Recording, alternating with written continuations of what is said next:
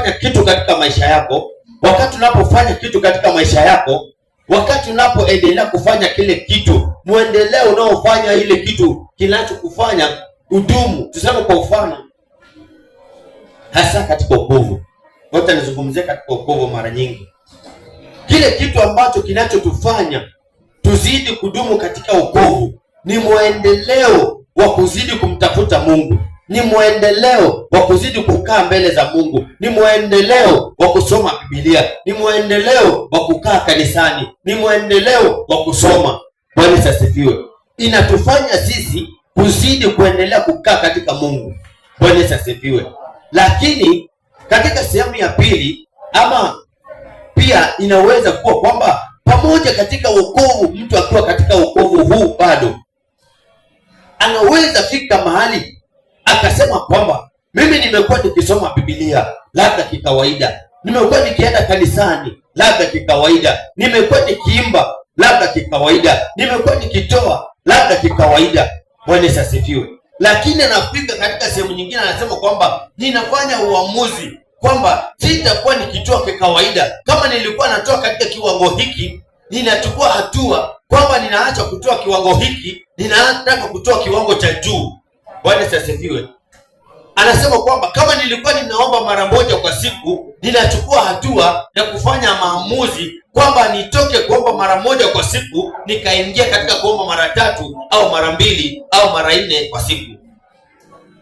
Bwana asifiwe. Na ndio maana nimesema kwamba kuchukua hatua ama hatua ni wakati mwendeleo ambao unaokufanya kufanya kitu, ama ni mwendelezo wa kufanya kitu. Pia ni uamuzi wa kuleta mabadiliko juu ya kile kitu ambacho unachokifanya.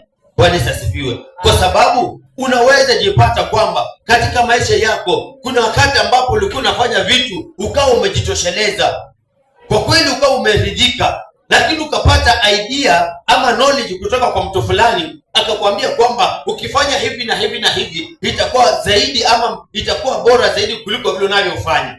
Bwana asifiwe. Hiyo ni process ya kubadilisha kile kitu ulichokuwa unakifanya ili ukafikia hatua nyingine ya juu sana.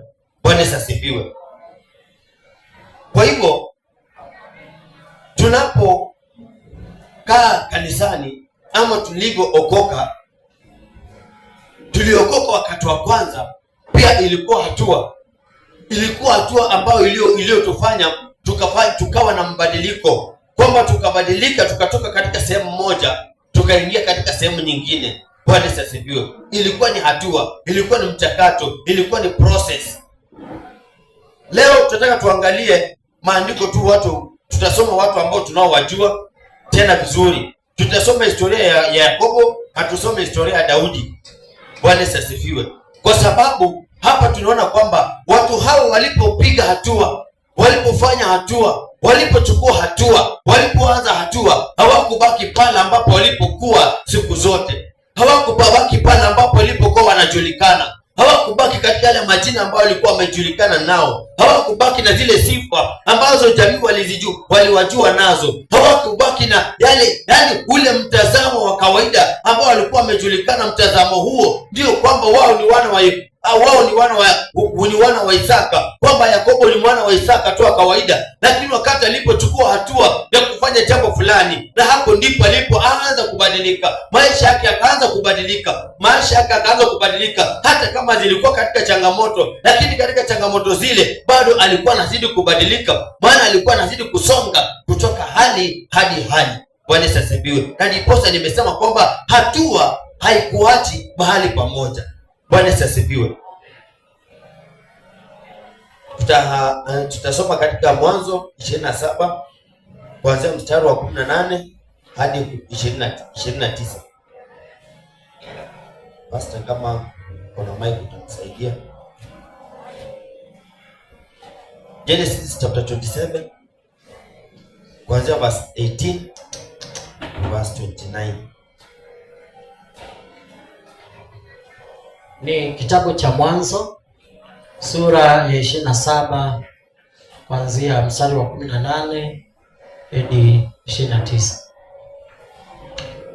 Biblia inasema, hakaja kwa baba yake akasema, babangu.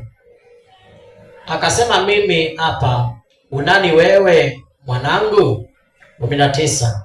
Yakobo akamwambia babaye, mimi ni Esau mzaliwa wako wa kwanza. Nimefanya kama ulivyoniambia.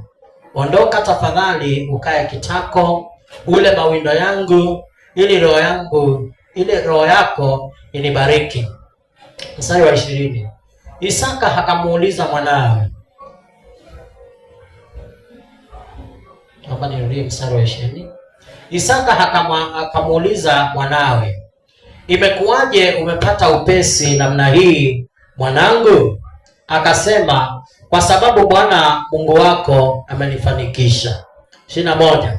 Isaka akamwambia Yakobo, karibu tafadhali, ili nikupapase mwanangu, nione kwamba wewe ndiwe mwanangu Esau ama sio. 22.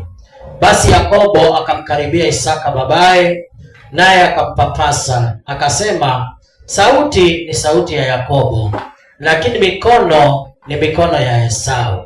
23.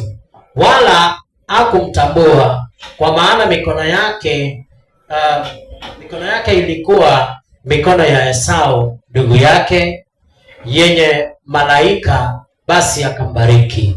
Mstari wa 24. Akamuuliza, wewe ndiwe kweli mwanangu Esau? Akasema, ndimi. Mstari wa 25.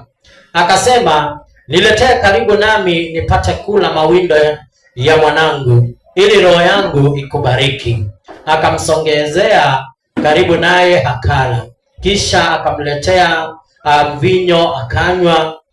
Mstari wa 26. Isaka baba yake akamwambia, njoo karibu sasa ukanibusu mwanangu. 27.